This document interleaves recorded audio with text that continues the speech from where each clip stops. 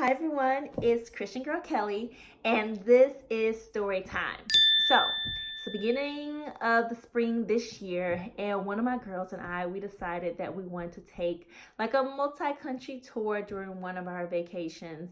We were living in Spain at the time, in Madrid. So, we decided to go to Ireland and Scotland. We get to Glasgow, Scotland. And it's toward the end of the day, right? So we knew we weren't going to have a lot of time there. We're going to focus most of our time in Edinburgh. But we were able to see this a little bit of a museum, like for 10 minutes, 15 minutes, and then we had to leave. We ended up getting to our place and, settling in for the night. But I decided that I wanted to see the center of the city, like no matter what. Like I wanted to see at least a little bit of Glasgow. And y'all pray for me because I am not the best in terms of making good judgment calls on going to random places late at night by myself.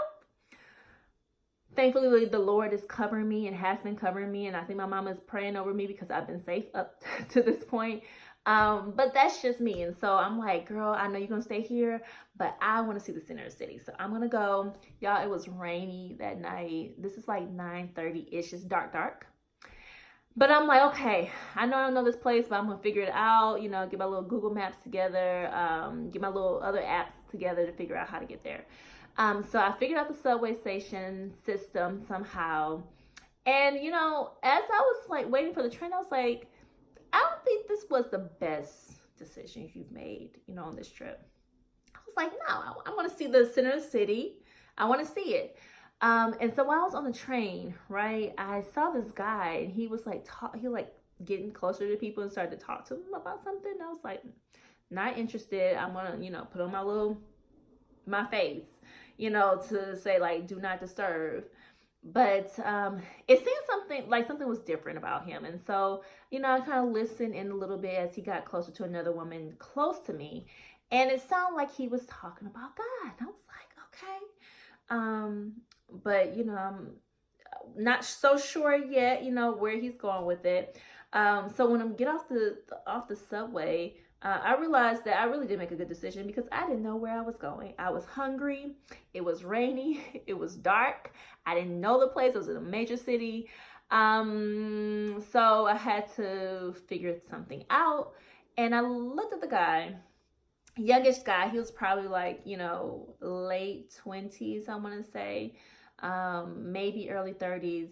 And I was like, well, I'm going to ask him. I'm just going to ask him if he knows anything because it was clear that even though it was downtown, or maybe because it was downtown, there weren't a lot of restaurants. It was more like a financial government district. And so what I thought I was going to come into was not what I was facing.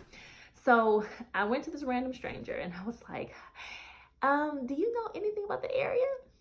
And thankfully he did, but we ended up getting into this conversation. Like I said, late at night, Glasgow, never been there, downtown, rainy.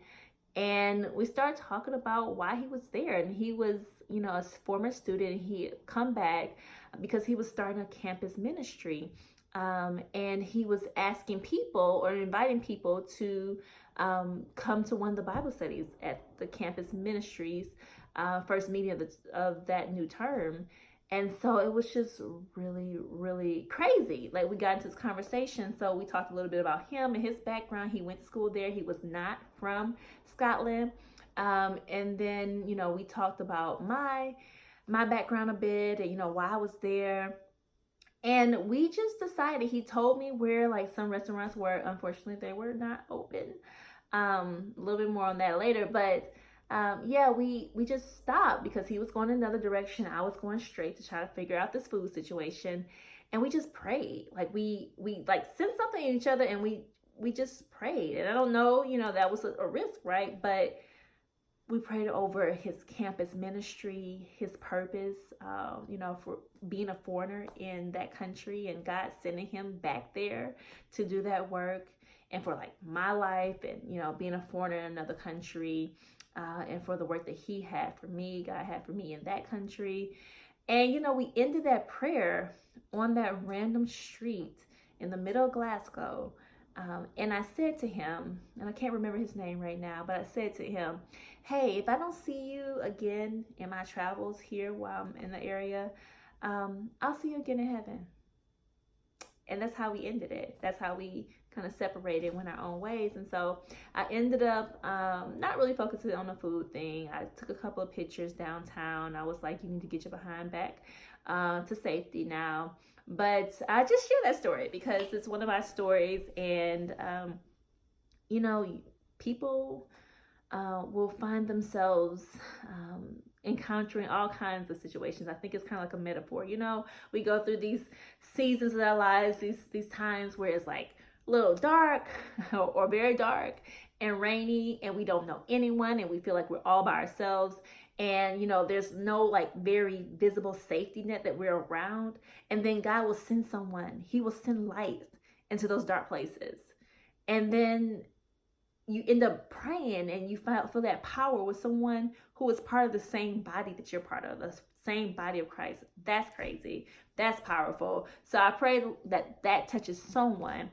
If you're in a dark place, if you're in a rainy place, if you're a season where you set out on a journey and you probably should have been on that journey, God is still so merciful that he will send people to point you in the right direction, and that you too can be that light, or you will be that light that will shine in a dark place. And so that's that. That's story time for today.